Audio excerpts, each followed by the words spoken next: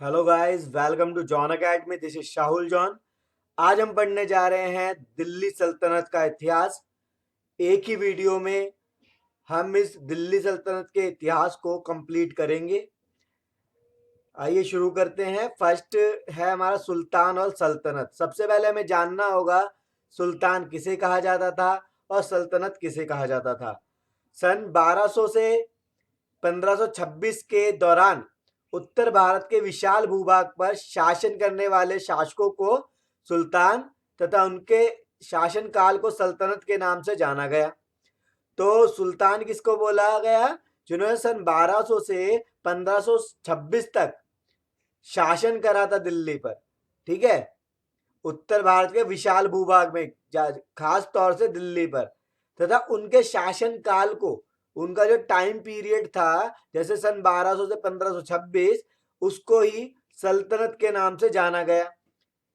और ये शासन मूलतः तुर्क तथा अफगान मूल के थे। जो ये शासन करने आए थे, जो ये रूलर थे, कौन थे?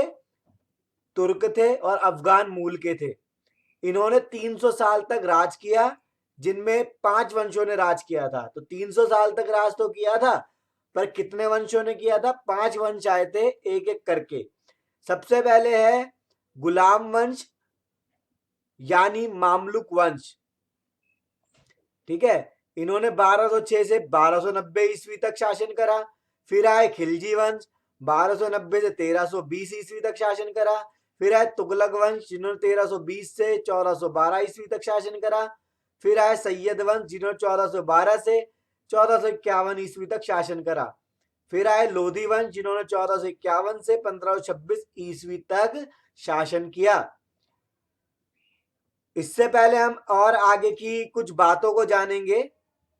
जो ये मामलुक वंश के स्टार्ट होने से पहले कुछ बातों का जानना जरूरी है, जैसे कि उनसे पहले कौन कौन सी घटनाएं हुई थी। तो वो है भारत पर अरब आक्रमण, जो कि सन 712 से 1200 ईस्वी के बीच में हुआ। उनके आने से पहले, मामलुक वंश या गुलाम वंश स्टार्ट होने से पहले क्या हुआ? 7वीं शताब्दी में अरब में इस्लाम धर्म का उदय हो गया। इसकी स्थापना पैगंबर मोहम्मद साहब ने की थी। तो 7वीं शताब्दी में अरब इस्लाम धर्म का उदय हो रहा था और इसकी स्थापना कर दी थी पैगंबर मोहम्मद साहब ने। और 8वीं शताब्दी के पूर्वार्ध में भारत के उत्तर पश्चिम क्षेत्र पर अरबों ने आक्रमण किया। और भारत के उत्तर पश्चिम क्षेत्रों में किन्होंने आक्रमण कर दिया था? अरबों ने। एक तरफ तो इस्लाम धर्म का उदय हो रहा था, दूसरी तरफ भारत पर आक्रमण किए जा रहे थे अरबों की तरफ से। सन 712 में भारत पर किए गए आक्रमण का नेतृत्व उम्मयद खलीफा के सेनापति मोहम्मद बिन कासिम ने किया था। आपको यह बात ध्यान रखनी है कि सन 712 में किसने आक्रमण किया था? उम्मयद खलीफा के सेनापति मोहम्मद बिन कासिम ने किया था आक्रमण। भारत पर आक्रमण का उद्देश्य अरब राज्य का विस्तार था।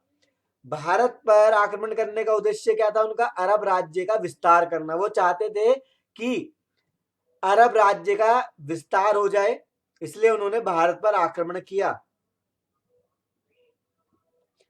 712 में मोहम्मद बिन कासिम ने सिंध पर आक्रमण किया और दाहिर को पराजित कर दिया।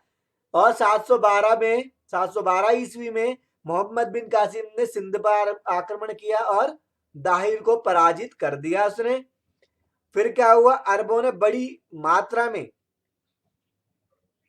जान बचाकर भाग रहे सैनिकों को मार डाला। जो सैनिक इस आक्रमण के द्वारा जान बचाकर भाग रहे थे, उनको भी अरबों ने बड़ी मात्रा में सैनिकों को मार दिया था। ठीक है, तो ये बात क्लियर होती है। फिर उसके बाद महमूद गजनी के बारे में पढ़ेंगे, जो कि सन 1000 से 1026 ईस्वी तक रहे। उन्होंने, महमूद गजनी ने भारत पर वहां से 17 बार आक्रमण किया था। तो महमूद गजनी ने कितनी बार आक्रमण किया था भारत पर? 17 बार। महमूद गजनी गजनी वंश का संस्थापक था। तो गजनी वंश का संस्थापक कौन था? महमूद गजनी। और तुर्की गुलाम सेनापति भी था। वह सुबुक्तगीन का पुत्र था। महमूद गजनी पिता को मारकर उनकी गद्दी पर बैठा था 998 ईसा में। ईसा पूर्व में नहीं है, ये 1998 ईस्वी में। तो महमूद गजनी ने अपने पिता को ही मार दिया था गद्दी पर बैठने के लिए। उसके पिता का नाम था सबुक्तगिन और गजनी वंश की उसने स्थापना करी थी। किसने करी थी? महमूद गजनी ने। महमूद गजनी ने भारत पर पहला युद्ध 1001 ईस्वी में हिंदू शासक जयपाल के विरुद्ध लड़ा था। महमूद गजनी ने भारत का पहला युद्ध किसके विरुद्ध लड़ा था? हिंदू शाही शासक जयपाल के विरुद्ध। गजनी वंश के कुछ शासकों का नियंत्रण पंजाब तथा सिंध के कुछ हिस्सों में था, जो 1135 तक चलता रहा। और जो गजनी वंश के कुछ शासक का नियंत्रण कहां चलता रहा? पंजाब तथा सिंध के कुछ हिस्सों में। कब तक चलता रहा? 1135 तक। इन आक्रमणों ने भारत की रक्षा नीतियों की दुर्लभता को उजागर कर दिया। इन्हीं आक्रमणों से पता चल गया कि भारत की जो रक्षा नीति है बहुत ही ज्यादा दुर्लभ है, यानी कि ज्यादा अच्छी खासी नहीं है। उन पर आक्रमण आसानी से किया जा सकता है, उन पर हुकूमत की जा सकती है। और भविष्य में तुर्कों द्वारा आक्रमण के लिए भी रास्ते खोले, इसलिए रास्ते खोल दिए। उनको पता चल गया उनकी नीति, जो रक्षा नीति है वो कमजोर है, इसलिए अफगानी और ये अरब ये सारे आक्रमण यहाँ पर करने लग गए। फिर महमूद गजनी के बाद आया मोहम्मद गौरी, जिसका नाम था शहाबुद्दीन मोहम्मद। ये दोनों ही नाम इनके हैं। 1173 से 1206 ईस्वी तक शासन किया गया था मोहम्मद गौरी द्वारा। सन 1173 में मोहम्मद गौरी, जिसका नाम था शहाबुद्दीन मोहम्मद, महमूद गजनी की गद्दी पर बैठ गया। मोहम्मद गौरी भारत में स्थायी शासन के मकसद से भारत पर आया था। वो चाहता था मोहम्मद गौरी कि भारत पे एक परमानेंटली क्या कर ले, रूल करे, स्थायी शासन करे अपना। उसने विंध्याचल पर्वत के उत्तर में स्थायी तुर्क साम्राज्य की स्थापना की। उसने क्या करा? विंध्याचल पर्वत के उत्तर में स्थायी तुर्क साम्राज्य की स्थापना भी कर दी। फिर आते हैं मोहम्मद गौरी के 5 आक्रमण, जो मोहम्मद गौरी द्वारा जीते गए और कुछ हारे गए। उनमें से पहला आक्रमण था 1175 में, जो कि मुल्तान पर किया गया था। मुल्तान आप मैप में देख सकते हैं, मुल्तान यहां पर है, ठीक है। तो 1175 में मुल्तान पर आक्रमण करा था। मुल्तान के उस समय जो राजा थे वो थे मूंगराज। यहां पर परिणाम क्या हुआ? मोहम्मद गौरी मुल्तान को मूंगराज से जीत गया। फिर 1178 में 1178 में माउंट आबू के राजा जो थे भीमदेव द्वितीय थे, इनसे लड़ाई करी मोहम्मद गौरी ने, पर इससे वो हार गया। 1191 में तराई का प्रथम विश्व युद्ध हुआ, इसमें पृथ्वीराज चौहान से वो हार गया। और तराई के द्वितीय विश्व युद्ध में पृथ्वीराज चौहान से जीत गया, ठीक है। 1194 में चंदावर में लड़ाई हुई और जयचंद्र से वह जीत गया। तो ये मोहम्मद गौरी के आक्रमण थे, जिसमें वो उसने 3 में जीत हासिल करी थी और 2 में वो हार गया था। यहां से स्टार्ट होता है हमारा मामलुक सुल्तान, या इसे गुलाम वंश भी कहा जाता है। मामलुक सुल्तान या गुलाम वंश कब तक चला था? 1206 ईस्वी से 1290 ईस्वी तक। इसमें जो फर्स्ट शासक बना था वो था, जो फर्स्ट सुल्तान बना था वो था कुतुबुद्दीन ऐबक, जो कि 1206 से 1210 ईस्वी तक शासन करा उसने। कुतुब मीनार जो दिल्ली में बनवाया गया, इन्होंने ही नींव रखी थी। तो कुतुबुद्दीन ऐबक को आप ऐसे याद रख सकते हो। कुतुबुद्दीन ऐबक पहला सुल्तान था। कुतुबुद्दीन ऐबक एक तुर्की गुलाम था, जो मोहम्मद गौरी के सेना में उच्च पद पर पहुंचा था। कुतुबुद्दीन ऐबक मोहम्मद गौरी की सेना में उच्च पद पर रह चुका था, ऊंची पोस्ट पे रह चुका था। फिर वो बनता है सुल्तान, पर सुल्तान कहलाता नहीं है। आगे बढ़ते हैं। सन 1206 में मोहम्मद गौरी की मृत्यु के बाद वह गद्दी पर बैठ गया। जब 1206 में मोहम्मद गौरी की मृत्यु हो गई तो कुतुबुद्दीन ऐबक गद्दी पर बैठ गया। वह उत्तर भारत में प्रसिद्ध मुस्लिम शासक था। उत्तर भारत में यही एक पहला फेमस रूलर था, जो फेमस हुआ था, जो मुस्लिम शासक था। कौन था? कुतुबुद्दीन ऐबक।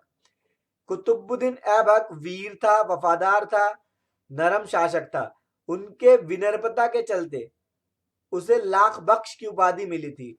अगर एग्जाम में आता है कि लाख बख्श के बारे में, तो आपको पता होना चाहिए लाख बख्श की उपाधि किसके पास थी? कुतुबुद्दीन ऐबक के पास, यानी कि उनको लाख लाख बख्श बोला जाता था।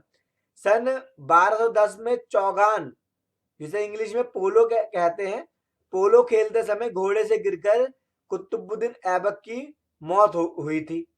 तो 1210 में वो खेल रहे थे पोलो, और इस दौरान उनकी मृत्यु हो गई थी कुतुबुद्दीन ऐबक की। उनके द्वारा बनाई हुई चीज कौन कौन सी है, कौन कौन सी इमारतें उन्होंने बनवाई है? दिल्ली सल्तनत पर पहली मस्जिद कुतुबुद्दीन ऐबक ने बनवाई थी, जिसका नाम है कुव्वत उल इस्लाम मस्जिद। ठीक है, ये कुतुब मीनार के ही पास मिलेगी आपको। तो ये मस्जिद कुव्वत उल इस्लाम मस्जिद दिल्ली में सबसे पहली मस्जिद किसने बनवाई? कुतुबुद्दीन ऐबक ने। 2.5 दिन का झोपड़ा जो कि 1192 ईस्वी में बना था, कुतुबुद्दीन ऐबक ने राजस्थान के अजमेर में बनवाया था। ठीक है, तो 2.5 दिन का भी झोपड़ा कुतुबुद्दीन ऐबक ने बनवाया था 1192 में अजमेर में, जो कि राजस्थान में है। माना जाता है इसका निर्माण सिर्फ 2.5 दिन में किया गया, इस कारण इसका नाम 2.5 दिन का झोपड़ा पड़ गया, यानी कि 2.5 दिन के अंदर बना दिया गया था इस झोपड़े को, इसलिए इसको 2.5 दिन का झोपड़ा भी कहा जाता है। 2.5 दिन का झोपड़ा कहा जाता है। कुतुबुद्दीन ऐबक ने मलिक तथा सिपहसालार की पदवी ली थी। सुल्तान की पदवी कुतुबुद्दीन ऐबक ने नहीं ली थी, आपको ये ध्यान रखना है। कुतुबुद्दीन ऐबक ने मलिक तथा सिपहसालार की पदवी ली थी। कुतुबुद्दीन ऐबक ने कुतुब मीनार का निर्माण करवाया था। ये कुतुब मीनार है, जैसा आपको पता ही है। कुतुबुद्दीन ऐबक ने कुतुब मीनार का निर्माण करवाया था, परंतु उसको पूरा बनवाया था इल्तुतमिश ने। ठीक है, तो ये बात क्लियर होती है कुतुबुद्दीन ऐबक की। फिर आए इल्तुतमिश। 1210 से 1236 ईस्वी तक इन्होंने रूल करा, शासन करा। कुतुबुद्दीन ऐबक की मौत के बाद कुछ अमीरों ने उसके बेटे आराम शाह को गद्दी पर बैठा दिया। कुछ अमीर शासक क्या चाहते थे, अमीर लोग क्या चाहते थे कि कुतुबुद्दीन ऐबक का जो बेटा है, कुतुबुद्दीन ऐबक का बेटा कौन था? आराम शाह, वो गद्दी पर बैठ जाए। आराम शाह एक अयोग्य शासक था तथा तुर्की अमीरों ने उसके खिलाफ विद्रोह आरंभ कर दिया था। तो दिल्ली के तुर्की सरदारों ने इल्तुतमिश को दिल्ली आमंत्रित कर दिया, जिसके कारण आराम शाह और इल्तुतमिश के बीच में लड़ाई हो गई। ठीक है, आराम शाह लाहौर से दिल्ली आकर और इल्तुतमिश का सामना किया। इसमें इल्तुतमिश ने उसे पराजित कर दिया था, आराम शाह को। शमशुद्दीन के नाम से गद्दी पर बैठा था। तो इल्तुतमिश शमशुद्दीन के नाम से गद्दी पर बैठा, किसको मारकर? कुतुबुद्दीन ऐबक के बेटे आराम शाह को मारकर, उसको हराकर। क्योंकि कुतुबुद्दीन ऐबक ने सुल्तान की पदवी नहीं ली थी, जैसा हमें पता है, वो क्या कहलाया जाता था? मलिक और सिपहसालार। तो सुल्तान की पदवी नहीं ली थी, इसलिए इल्तुतमिश ने सुल्तान की पदवी ली, इसलिए यह दिल्ली सल्तनत का पहला सुल्तान कहलाया। तो दिल्ली सल्तनत का पहला सुल्तान कौन था? इल्तुतमिश।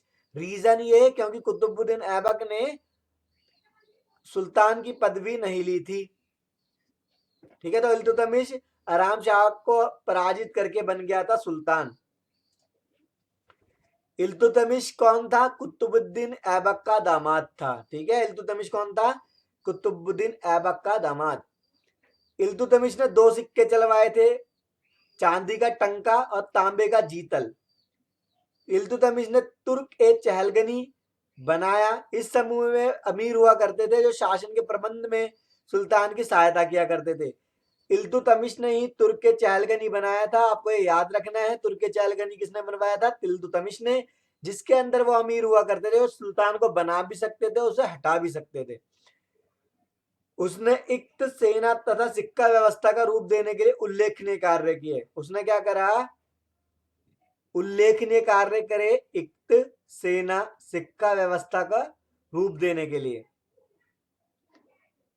इक्ता वेतन के बदले भूमि समझौता हुआ करता था। क्या होता था?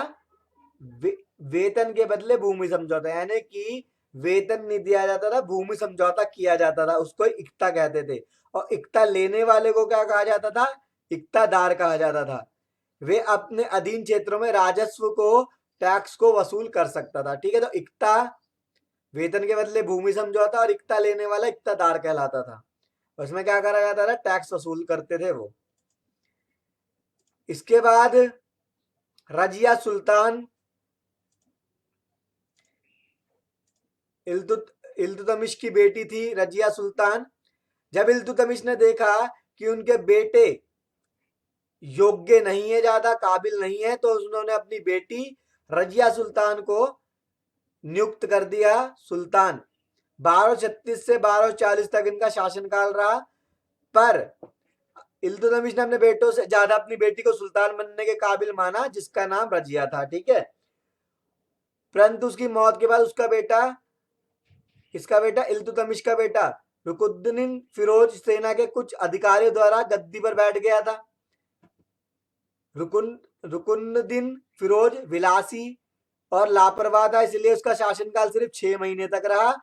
उसके बाद आती है रजिया सुल्तान, जिन्होंने 4 साल तक ही का शासन करा था। शासनों के अभाव के कारण रजिया को सुल्तान बनाया गया और दिल्ली की जनता सेना के कुछ अधिकारियों के सहयोग से रजिया गद्दी पर बैठ गई।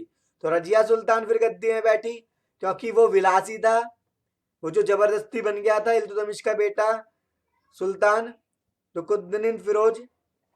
पर वो 6 महीने तक शासन कर सका, फिर दोबारा से आ गई। फिर जो रजिया थी एक्चुअल में बन सकी सुल्तान। रजिया ने क्या करा? रजिया सुल्तान द्वारा पर्दा प्रणाली को ग्रहण नहीं किया गया, वो पर्दा प्रणाली को नहीं माना करती थी। जैसा कि आपको पता है कि मोमडन्स में वो पर्दा रखा जाता है, पर रजिया सुल्तान ने पर्दा प्रणाली को ग्रहण नहीं किया था। गद्दी संभालने के बाद रजिया ने रीति रिवाजों के विपरीत पुरुषों की तरह कोट और पगड़ी पहनना पसंद किया। उन्होंने क्या करा? कोट पहनना स्टार्ट करा और पगड़ी पहनना स्टार्ट करा।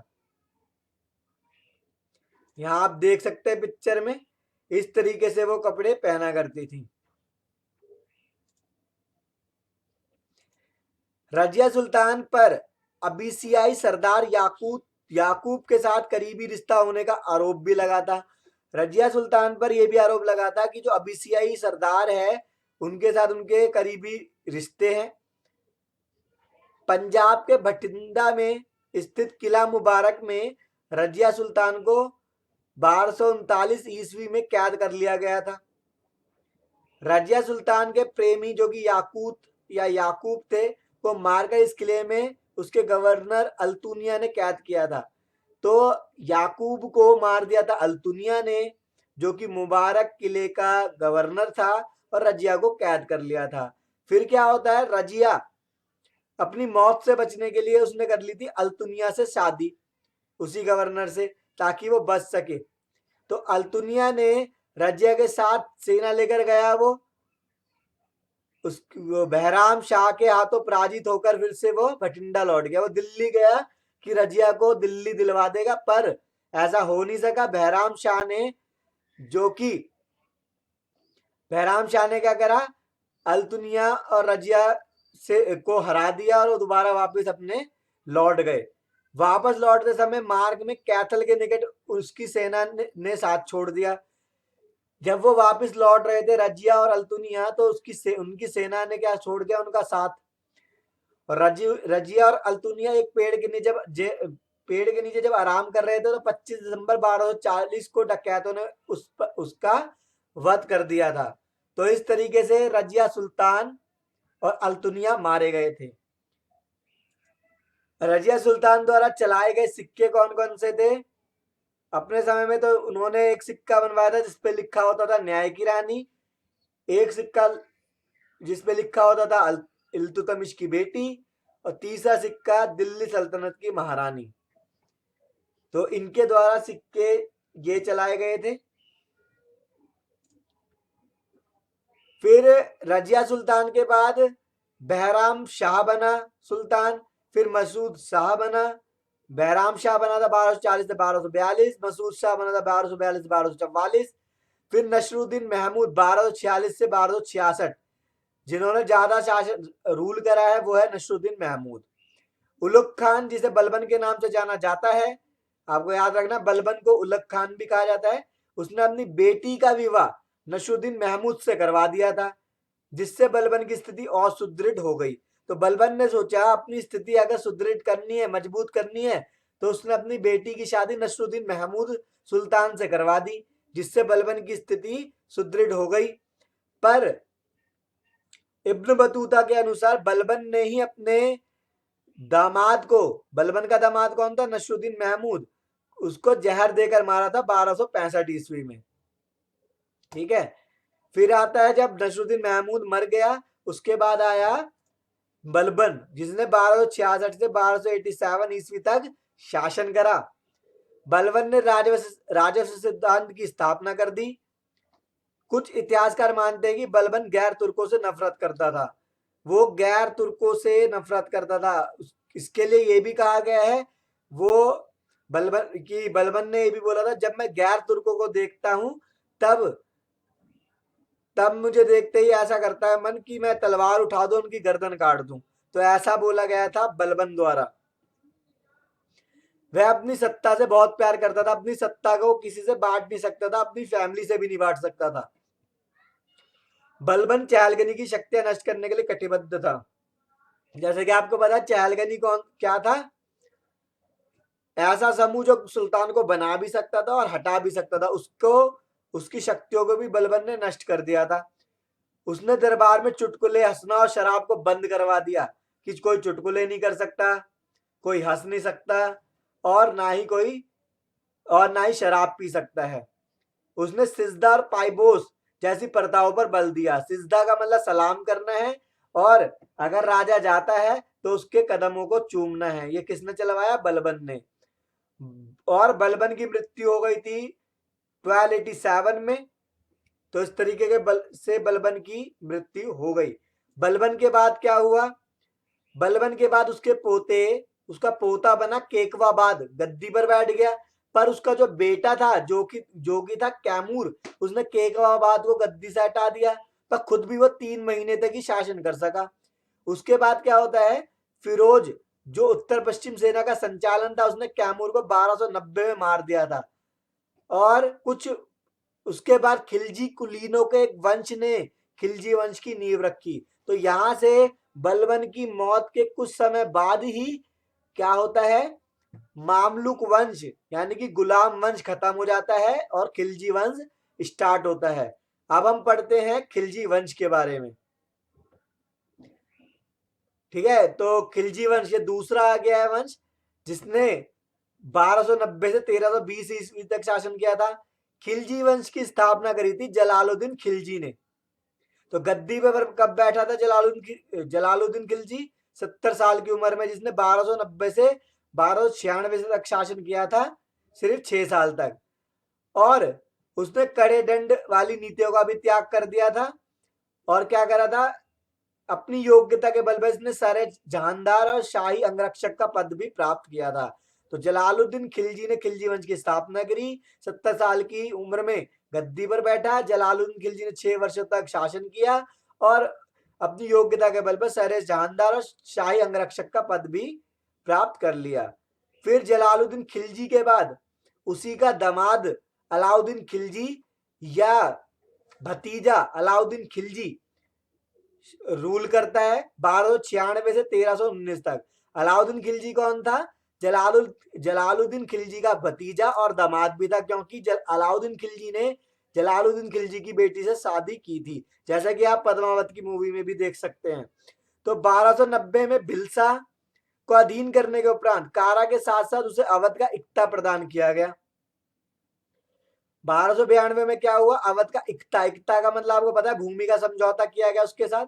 वह अरीजीय मुमालिक यानी कि युद्ध मंत्री के रूप में चुना गया था अलाउद्दीन खिलजी। 1296 में उसने जलालुद्दीन खिलजी की हत्या कर दी थी और उसकी गद्दी पर बैठ गया था। तो 1296 में क्या करा उसने, अलाउद्दीन खिलजी को मार दिया और उसकी गद्दी पे बैठ गया। उसने उलेमाओं का भी हस्तक्षेप बंद कर दिया। उलेमा कुछ एक महत्वपूर्ण ग्रुप था जो कि हस्तक्षेप करता था सुल्तानों में, उसने उनके भी हस्तक्षेप को बंद कर दिया था अलाउद्दीन खिलजी ने। अलाउद्दीन खिलजी का बाजार सुधार क्या था? बाजार सुधार प्रणाली अलाउद्दीन खिलजी ने शुरू करी थी। उसने क्या करा? आवश्यक वस्तुओं के मूल्य में कमी कर दी कि जो आवश्यक जो मेन वस्तु है उसके रेट गिरा दिया उसने। गुप्तचर के द्वारा वो बाजार की जानकारी भी रखता था, जैसे सीआईडी के तौर पे भेजता था गुप्तचर को कि वो जानकारी रखे बाजार में क्या चल रहा है। उसने क्या करा? व्यक्ति को ट्रेंड करा कि पहले तो क्या होता था, शासक क्या करते, जिस मर्जी को अपनी सेना में ले आते थे और उनको रख लिया जाता था। पर अलाउद्दीन खिलजी ने क्या करा? अपनी सेना के अंदर ट्रेंड, पहले उनकी ट्रेनिंग होती थी, अगर वो सही बैठते थे ट्रेनिंग के अंदर तब उनको भर्ती करता था वो सेना में, और हर महीने उनको क्या दिया करता था? वेतन। उसने ही हुलिया प्रणाली को भी शुरू किया। हुलिया प्रणाली में क्या करा जाता था? सैनिकों के रंग रूप आदि का ब्यौरा रखा जाता था कि उनके सैनिक कौन कौन से हैं और कैसे दिखते हैं। तो और उसने अपने घोड़ों की पहचान के लिए दाग प्रणाली को भी शुरू कर दिया था। इसमें क्या होता था? जो उनके सैनिकों के घोड़े थे या अलाउद्दीन खिलजी का घोड़ा था, उस पे निशान लगा दिया जाता था, जिससे पता चल सके कौन से घोड़े उनके हैं और कौन से दूसरों के हैं। ठीक है, तो आपको याद रखना है, हुलिया प्रणाली स्टार्ट करी थी अलाउद्दीन खिलजी ने, बाजार सुधार भी किया था और घोड़े को और दाग प्रणाली भी शुरू करी थी। अलाउद्दीन खिलजी द्वारा बनाई गई इमारतें कौन सी है? अलाउद्दीन खिलजी ने 1311 में अलाई दरवाजे का निर्माण करवाया था, और हौज खास जो दिल्ली के अंदर है वो क्षेत्र का निर्माण अलाउद्दीन खिलजी ने करवाया था। चोर मीनार भी अलाउद्दीन खिलजी ने बनवाया था जो कि दिल्ली में है। जमियात खाना भी बनवाया था, श्री फोर्ट को भी अलाउद्दीन खिलजी ने ही बनवाया था। ये सब दिल्ली के अंदर ही है। फिर गुजरात पर जीत कैसे करी? गुजरात पर जीत के लिए 1299 में अलाउद्दीन खिलजी ने अपने दो सेनापतियों को भेज दिया। एक का नाम था उलुग खान, दूसरे का नाम था नुसरत खान, जिसके कारण गुजरात का जो शासक था रायकरण जान बचाकर भाग गया था, और अलाउद्दीन खिलजी ने, उनकी सेना ने सोमनाथ मंदिर को जीत लिया था, और बहुत बड़ी मात्रा में उन्होंने माल लूट लिया वहां से, और बहुत सारे गुलामों को कैद कर लिया, यानी कि बंदी बना लिया। उसमें से एक जो था मलिक काफूर था, इसका नाम आपने जरूर सुना होगा मलिक काफूर का, जो बाद में अलाउद्दीन खिलजी का प्रमुख सेनापति था।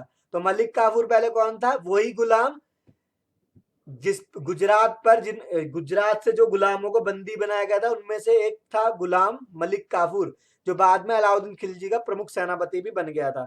उसके बाद में राजस्थान पर जीत।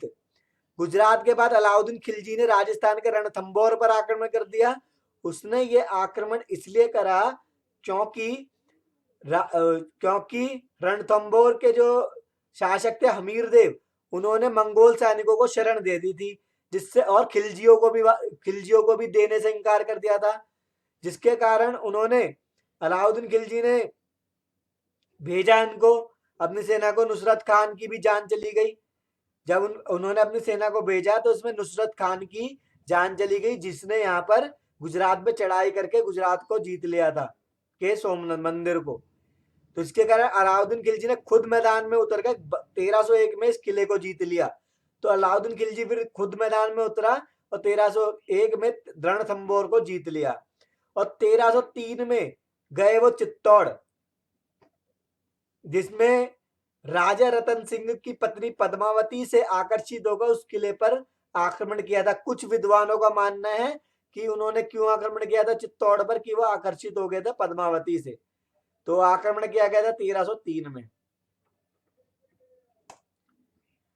अलाउद्दीन खिलजी की मृत्यु कब हुई? 1316 में अलाउद्दीन खिलजी की मृत्यु हो गई।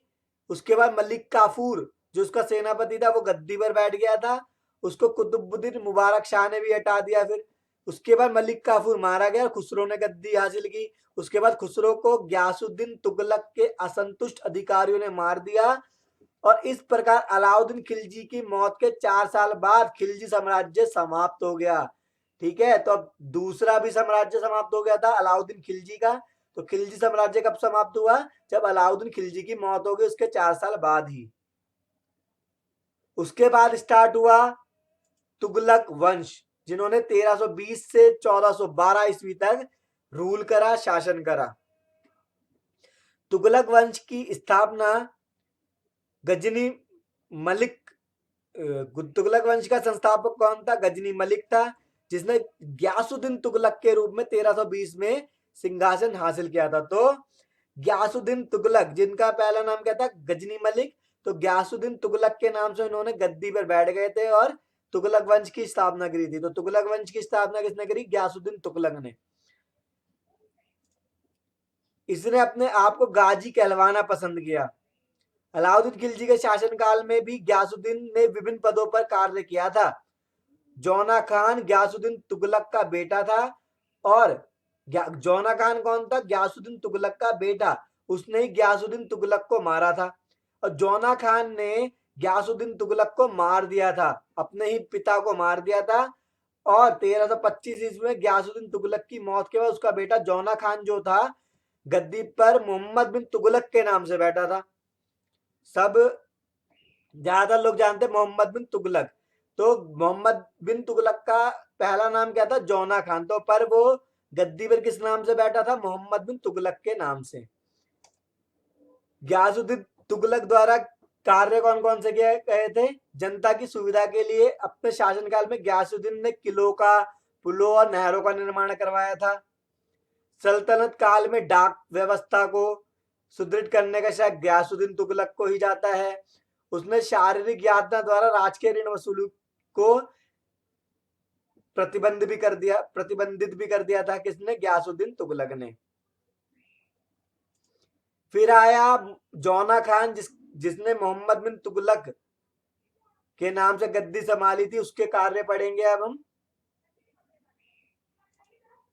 मोहम्मद बिन तुगलक ने दिल्ली के स्थान पर देवगिरी को राजधानी बनाने का निर्णय ले लिया था, और उसका नाम रख दिया था दौलताबाद। तो देवगिरी का नाम क्या रख दिया था मोहम्मद बिन तुगलक ने? दौलताबाद। उसने उसने दीवाने कोही यानी कृषि के विकास के न्याय के लिए न्याय विभाग का निर्माण करवाया। उसने दीवाने कोही का निर्माण कराया, जिसमें कृषि का विकास के लिए न्याय विभाग का निर्माण भी करवाया था मोहम्मद बिन तुगलक ने। उसने चांदी के सिक्कों की जगह तांबे के सिक्के चलवाए थे मोहम्मद बिन तुगलक ने, क्योंकि उस समय में चांदी की जो प्रोडक्शन टाइप है वो कम हो गया था, इसलिए उसने तांबे के सिक्के चलवा दिए थे। मोहम्मद बिन तुगलक के बाद उसका चचेरा भाई फिरोज शाह तुगलक गद्दी पर बैठा था। ठीक है, पहले आया ग्यासुद्दीन तुगलक, फिर आया मोहम्मद बिन तुगलक, फिर आया उसका चचेरा भाई फिरोज शाह तुगलक। फिरोज शाह तुगलक के कार्य कौन से हैं? फिरोज शाह तुगलक ने अपने पुत्र फतेह खान के जन्म दिवस पर फतेहाबाद शहर की स्थापना कर दी थी। उसने अपने बेटे के जन्म दिवस पर फतेहाबाद की स्थापना करी थी। उसने जौनपुर शहर की भी स्थापना करी थी अपने बड़े भाई जौना खान की याद में। जौना खान कौन था? मोहम्मद बिन तुगलक। यमुना नदी के किनारे फिरोजाबाद शहर की स्थापना भी उसी ने करवाई थी। उसने अशोक स्तंभ को भी उसके मूल स्थान से हटाकर दूसरे स्थान पर स्थापित करवा दिया था। तो अशोक स्तंभ को उसने हिसार एवं फिरोजा की भी स्थापना करी थी। तो ये थी फिरोज शाह तुगलक के कार्य। फिरोज शाह तुगलक ने शरीयत द्वारा स्वीकृत 4 कर स्वीकारे हैं, 4 टैक्स लिए थे। फिरोज तुगलक ने शरीयत द्वारा स्वीकृत 4 करों को लिया। एक था खराज, जिसे लगान कहते हैं। जजिया था, जो कि गैर मुसलमानों से वसूला जाने वाला कर था। एक था खम्स, जो युद्ध में लूट का माल कहलाता था। एक था जकात, जिसे मुसलमानों से लिया जाने वाला कर था। आदि को ही प्रचलन में मुख्य रूप से रखा गया। इसने सिंचाई कर हाके शर्ब लगाया, जो सिंचित भूमि की कुल उपज का 1/10वां था। इसने सर्वप्रथम राज्य की आय का ब्यौरा तैयार करवाया। तो सबसे पहले आय का ब्यौरा किसने तैयार करवाया? फिरोज शाह तुगलक ने। फिर है तैमूर का आक्रमण। तैमूर 8 अप्रैल 1336 से 18 फरवरी 1405 14वीं शताब्दी का एक शासक था, जिसने तैमूरी राजवंश की स्थापना की थी। थोड़ा हटके टॉपिक है, क्योंकि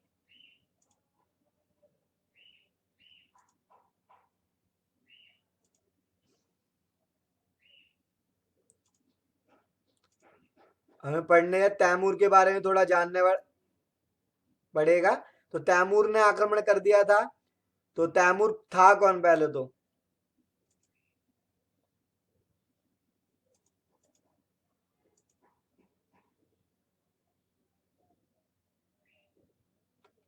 तो पहले तैमूर का आक्रमण पढ़ते हैं।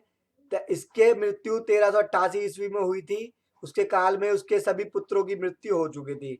उसका पोता ग्यासुद्दीन अगला शासक बना, लेकिन 5 महीने के अल्प शासन के बाद उसकी हत्या कर दी गई। उसके बाद नसरुद्दीन मोहम्मद शाह तृतीय बना, लेकिन उसने सिर्फ 4 साल तक ही शासन कार्य किया।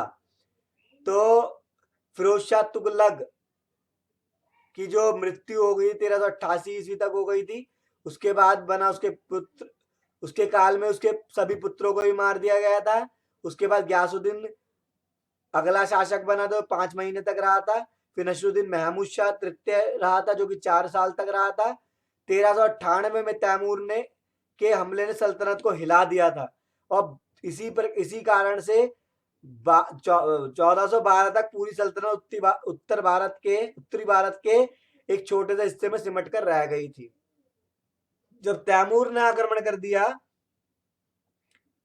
तो सल्तनत एक छोटे से हिस्से में सिमट कर रह गई थी 1412 में। तो इतने में हमारा कंप्लीट होता है तुगलक वंश। इससे पहले आगे पढ़ने से पहले हम पढ़ लेते हैं कि तैमूर था कौन। तैमूर 14वीं शताब्दी का एक शासक था जिसने तैमूरी राजवंश की स्थापना की थी। ठीक है, तो तैमूरी राजवंश का संस्थापक था। उसका राज्य पश्चिम एशिया से लेकर मध्य एशिया होते हुए भारत तक फैला था। उसकी गणना संसार के क्रूर हत्यारे, लुटेरे, दंगाई एवं बरलस तुर्क खानदान में पैदा हुआ था। तो दंगाई है, उसकी गणना किसमें की जाती है? क्रूर है, हत्यारा है, लुटेरा है, दंगाई है, इस सब में। और उसकी कौन से खानदान में पैदा हुआ था? बरलस तुर्क खानदान में। उसका पिता तुर्कगाई बरलस तुर्कों के नेता था, और भारत के मुगल साम्राज्य का संस्थापक बाबर तैमूर का ही वंशज था। और भारत में मुगल शासन की जो स्थापना, साम्राज्य स्थापित किया गया था बाबर के द्वारा, उसका जो बाबर था वो भी तैमूरी वंश का ही था। ठीक है, तो तैमूर वो लोग थे, तो तैमूरी वंश का ही शासक था बाबर भी। तो इतनी बात आपको समझ आ गई होगी तुगलक वंश तक। फिर चौथा वंश आता है सैयद वंश। सैयद वंश का शासनकाल 1412 से 1451 ईस्वी तक रहा। जब तैमूर ने 1398 में दिल्ली की सेना को हरा दिया, तब उसने मुल्तान का शासक खिरज खान को बनाया। तो मुल्तान का शासक किसको बना दिया गया? खिरज खान को। खिरज खान ने सुल्तान दौलत खान को पराजित करके सैयद वंश की स्थापना की। खिरज खान ने क्या करा? सुल्तान दौलत खान को पराजित करके सैयद वंश की स्थापना कर दी। तो सैयद वंश की स्थापना किसने करी? खिरज खान ने। और बनवाया किसने था इसको? तैमूर ने। उसने सुल्तान की उपाधि स्वीकार नहीं की, बल्कि वह रायत आला से ही संतुष्ट था। उसने भी सुल्तान की उपाधि नहीं ली। खिरज खान ने वो रायत आला से खुश था। वह तारीख मुबारक शाही के लेखक याहिया सिरंदी ये दावा करते हैं कि सैयद वंश की स्थापना पैगंबर मोहम्मद साहब का वंशज था। पर तारीख मुबारक शाही के जो लेखक है याहिया सिरंदी, वो ये मानते हैं, उनका दावा है कि सैयद वंश की स्थापना करी थी पैगंबर मोहम्मद साहब के वंशज ने। खिरज खान 1414 से 1451 के बाद बनने वाला शासक। फिर कौन कौन आए इनके बाद? खिरज खान के बाद मुबारक शाह आया, जिसने 1421 से 1434 ईस्वी तक शासन करा। मोहम्मद शाह ने करा 1434 से 1445। फिर 1445 में आलम शाह गद्दी पर बैठ गया। आलम शाह के वजीर हमीद खान ने बहलोल लोधी को सेनाध्यक्ष बनने के लिए आमंत्रित कर दिया, और बहलोल लोधी के डर से आलम शाह बदायूं छोड़कर भाग गया। ठीक है, तो आलम शाह अंतिम शासक था सैयद वंश का, और वो बिल्कुल फिर उसके जो अयोग्य शासक भी था आलम शाह। तो वजीर हमीद खान ने क्या करा? बहलोल लोधी को आमंत्रित करा। तो बहलोल लोधी के डर से ही आलम शाह डर के भाग गया बदायूं, जिसके कारण फिर बाद में लोधी वंश की स्थापना हुई। अब हमारा लास्ट है ये 5th, लोधी वंश की स्थापना बहलोल लोधी ने करी थी। 1451 से 1526 ईस्वी तक लोधी वंश रहा। तो बहलोल लोधी ने शासन करा 1451 से 89 ईस्वी तक। बहलोल लोधी सुल्तान बन गया था, उसने लोधी वंश की स्थापना करी थी। ठीक है, तो आपको याद रखना है लोधी वंश की स्थापना बहलोल लोधी ने करी थी। लोधी शासक दिल्ली सल्तनत के आखिरी शासक तथा पहले अफगानी शासक थे। ये दिल्ली सल्तनत का आखिरी शासक भी था और पहला अफगानी शासक भी था बहलोल लोधी। बहलोल लोधी के शासन अफगान साथियों के साथ मिलकर बहलोल लोधी ने शासन अफगान साथियों के साथ मिलकर किया। इन्होंने क्या करा, ये इन्होंने अफगानियों के साथ मिलकर अपने अफगानी साथियों के साथ मिलकर शासन करा, जिसके कारण ही वो ज्यादा शासन कर सके थे, जिसके कारण जो शक्तिशाली अफगान अमीरों के द्वारा किसी प्रकार का विरोध नहीं सहन करना पड़ा। विरोध भी नहीं करता था कोई इनका, क्योंकि ये मिलकर ही काम करते थे, मिलकर ही शासन करते थे, अफगानियों के साथ मिलकर शासन करा करते थे। 1476 में उसने जौनपुर के शासक को पराजित कर दिल्ली सल्तनत में शामिल भी कर दिया था। बहलोल लोधी की मृत्यु हो गई थी 1489 में।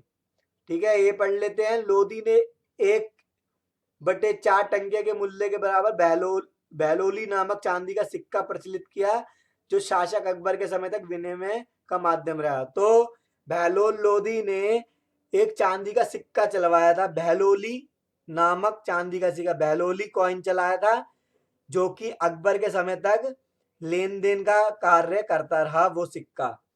तो बहलोल लोधी की मृत्यु 1489 में हो गई। उसके बाद बना सिकंदर लोधी 1489 से 1517 ईस्वी तक। बहलोल लोधी की मौत के बाद सिकंदर लोधी गद्दी पर बैठ गया। सिकंदर लोधी जजिया कर गैर मुसलमानों पर लगाया करता था, जैसा कि जजिया कर आपने पढ़ाई है। सिकंदर शाह ने भूमि के लिए एक प्रमाणिक पैमाना गजे सिकंदरी का प्रचलन करवाया, जो 30 इंच का था।